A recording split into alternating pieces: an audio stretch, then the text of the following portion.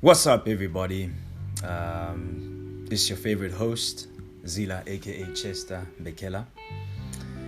This is actually, quite a random, well, not really random episode, but yeah, it's going to be a different episode to what we usually do. With this one, I'm not going to start off by, promoting our social network site, M.A.G-Athlete.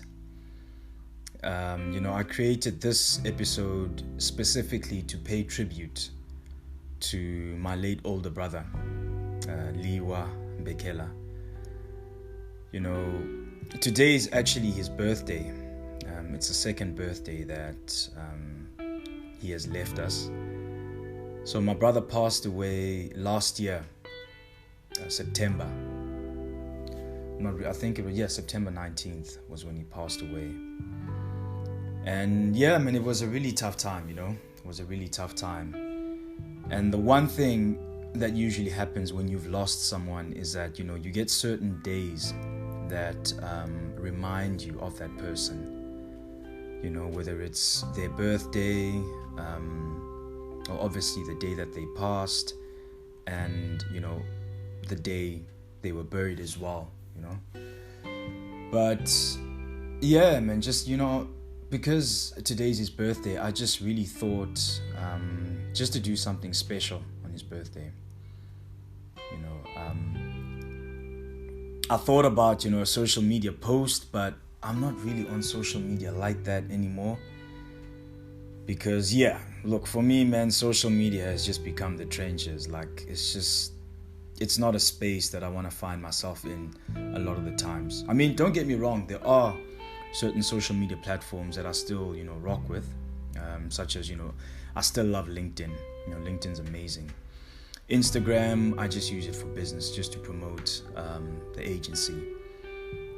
Facebook, just to, stay connected with certain family members. Otherwise, if it wasn't for that, I would have been off a lot of these social platforms, a long time ago, because it's just really become an unsavory space. But that's a story for another day. I don't want to focus on all that crap today, I just wanted to take this time out, to just record and just express, just how much my brother meant to me.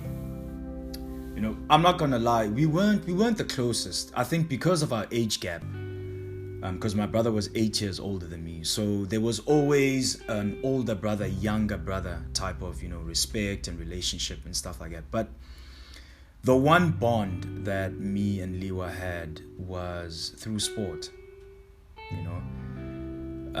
My brother was a big sports enthusiast because he himself was, he was an athlete in high school. A good athlete at that, He did triple jump in athletics. I know a lot of people would have never thought that because, my brother was quite a biggish guy, So you would have never thought that he did triple jump in athletics. You would have thought that he would do something like shot put or discus, those kind of events. You would have never expected him to be a triple jumper, but he was quite the triple jumper. He qualified. He got his first team blazer while he was in high school at Queen's College for athletics. He was also a good rugby player as well. He was in and out of the first team. He played both first and second team in his senior year, matric year.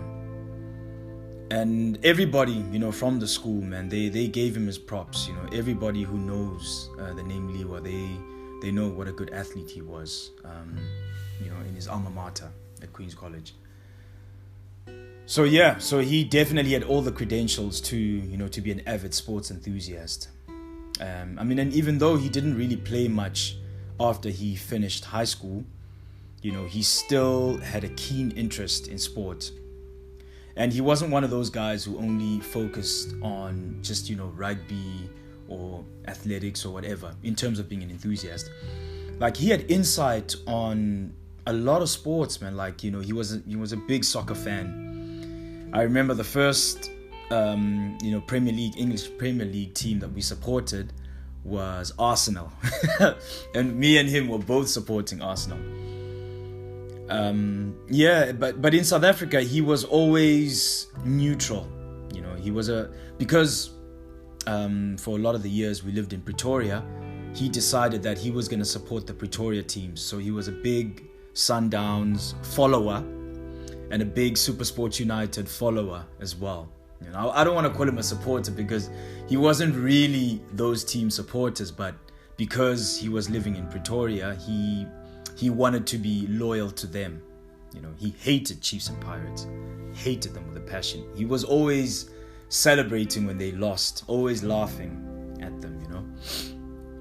So yeah, he was quite big into sports, you know. And like I said, you know, me and him, we used to talk sports until the early hours of the morning, with my late pops, my late father included. It would be one of those where, you know, we were able to just talk high school sports, you know, semi-pro sports, professional sports, and most of the time, especially this time of the year, because, you know, when I think about our sports discussions, I always, you know, trade back to my, you know, primary school days and high school days. So around this time, he was in university, and around this time of the year, December, would be the summer vacation in South Africa. So I would be home, my brother would be home, my dad would be home, and there would just be nights, man, where we would just sit in the lounge area and just talk sports. You know, my brother would obviously, you know, reminisce about his high school rugby days and all the players that he had so much respect for, you know, just guys who were doing amazing things, you know, while he was at school. And then I would obviously talk about, you know, my current generation of players and, you know, guys that I looked up to, even though they were my peers, but basically players that I respected, players I looked up to. And yeah, so we would just, you know, go back and forth. And my dad would chime in, you know, he would chime in as well and talk about, you know, athletes from his heyday. You know, and my dad, he was seasoned, man. He wasn't a young chap. So, but he always remembered, you know, I guess players who played with him. Because my dad also played, you know, soccer and rugby, you know, so the whole soccer and rugby thing was really passed down, you know, to my brother and I from my dad. And even though me and my brother hardly played soccer, I mean, we had the, you know, the basic ability to, but I think we both saw from a young age that we weren't really talented at soccer. So that's why we turned our attention to, you know, playing rugby. And I mean, my brother was the main reason why I got into rugby in the first place, you know. And he would always give me, you know, great advice. Every time when I was at Queen's College Primary School, every time we played against Grey PE, because my brother was studying down in Port Elizabeth, he would always come down to watch me, you know. And after the game, we'd always, you know, just chill and just have a chat. He'd never stick around for long because, you know, he would have something going on as well. But he always made it a point to come down and make sure that me and him get to catch up, you know. And I appreciated that. I appreciated him for that as well. And like I said, man, you know, my brother was well known at Queen's College. So everyone who would see him come to watch me, they would always, you know, get excited. There's Liwa.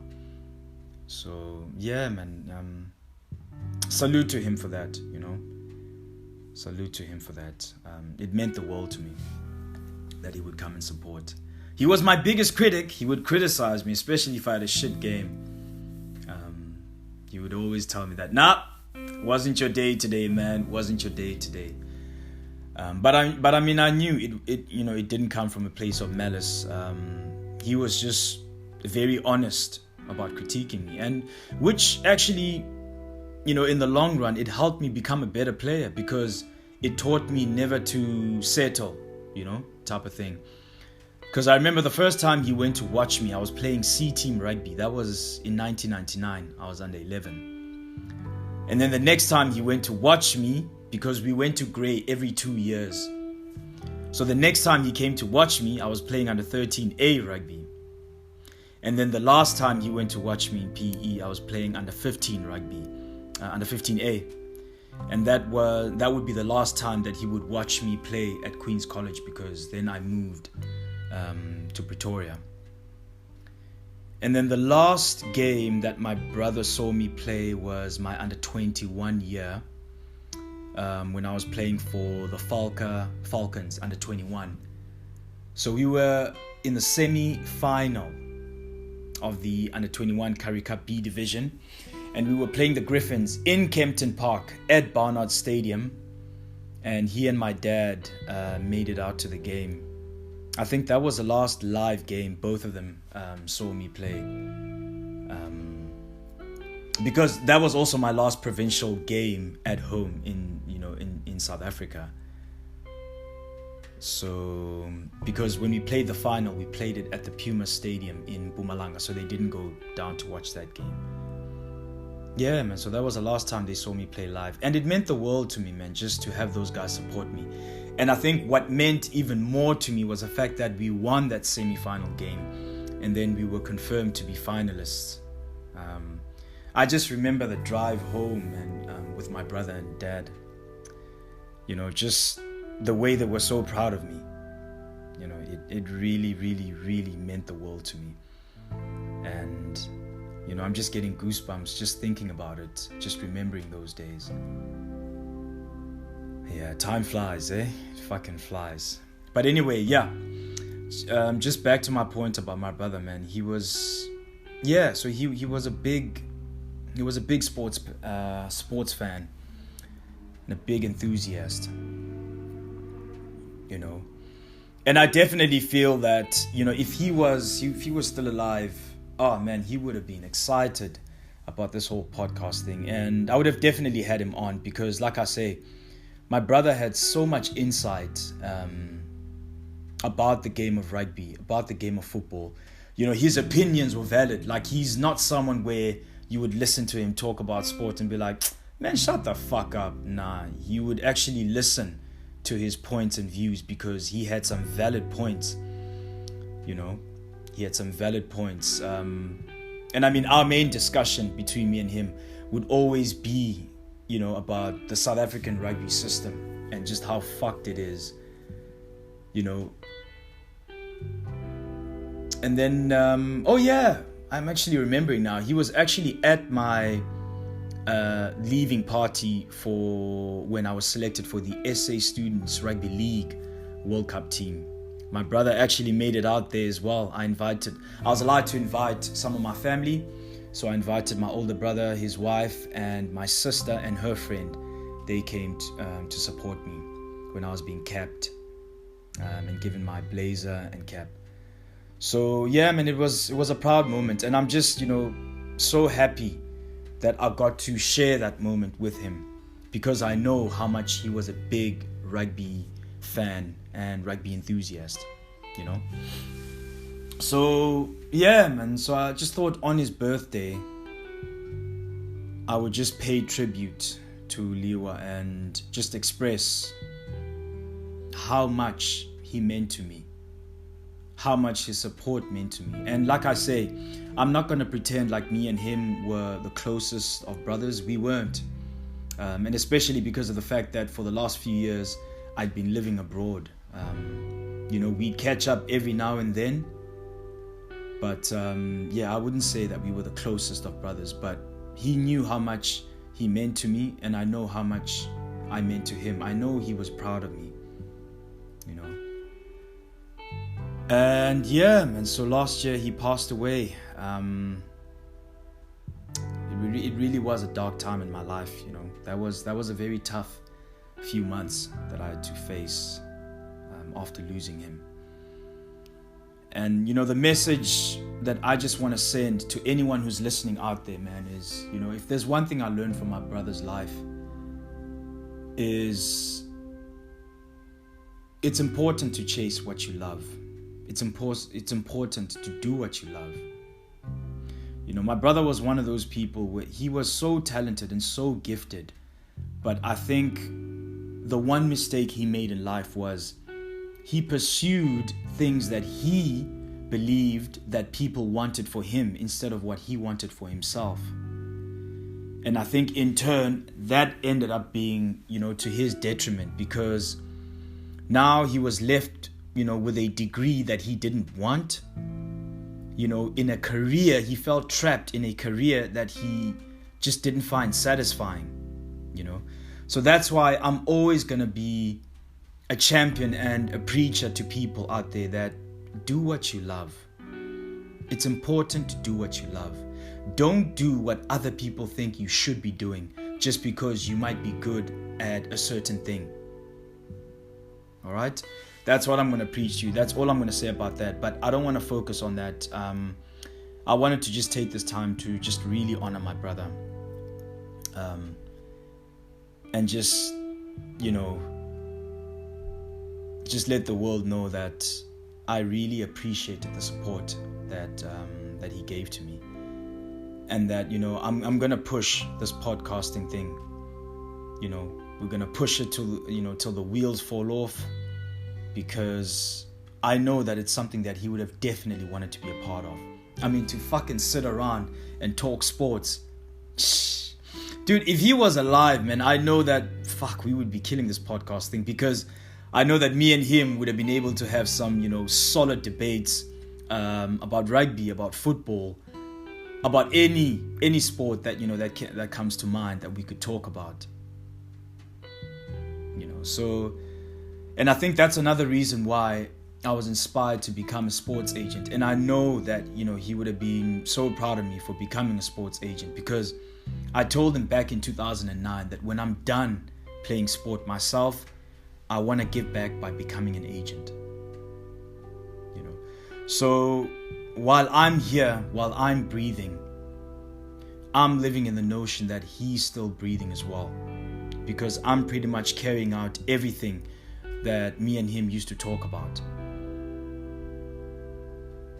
All right, guys. So like I'm saying, this is not your average episode where I'm talking football, I'm talking rugby, I'm talking basketball, or any sport that comes to mind. Today's episode was a tribute to my late brother who loved sports. And yeah, man, I hope he's looking down and just proud of the work that I'm putting in, because by leaving this legacy behind, man, I just hope that, it can filter onto his legacy as well. So yeah, but anyway, yeah, not to get too deep on you guys. It's a Thursday evening out here in Tokyo.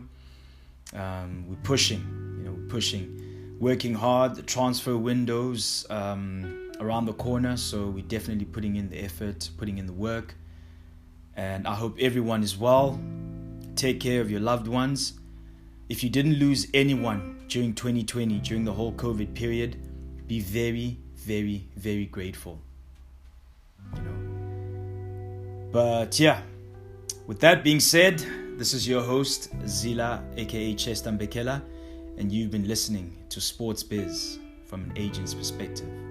And remember my slogan: we don't only talk sports, we lived it. All right. Shout out to everyone out there, man. Take care of yourselves. All right. Bye.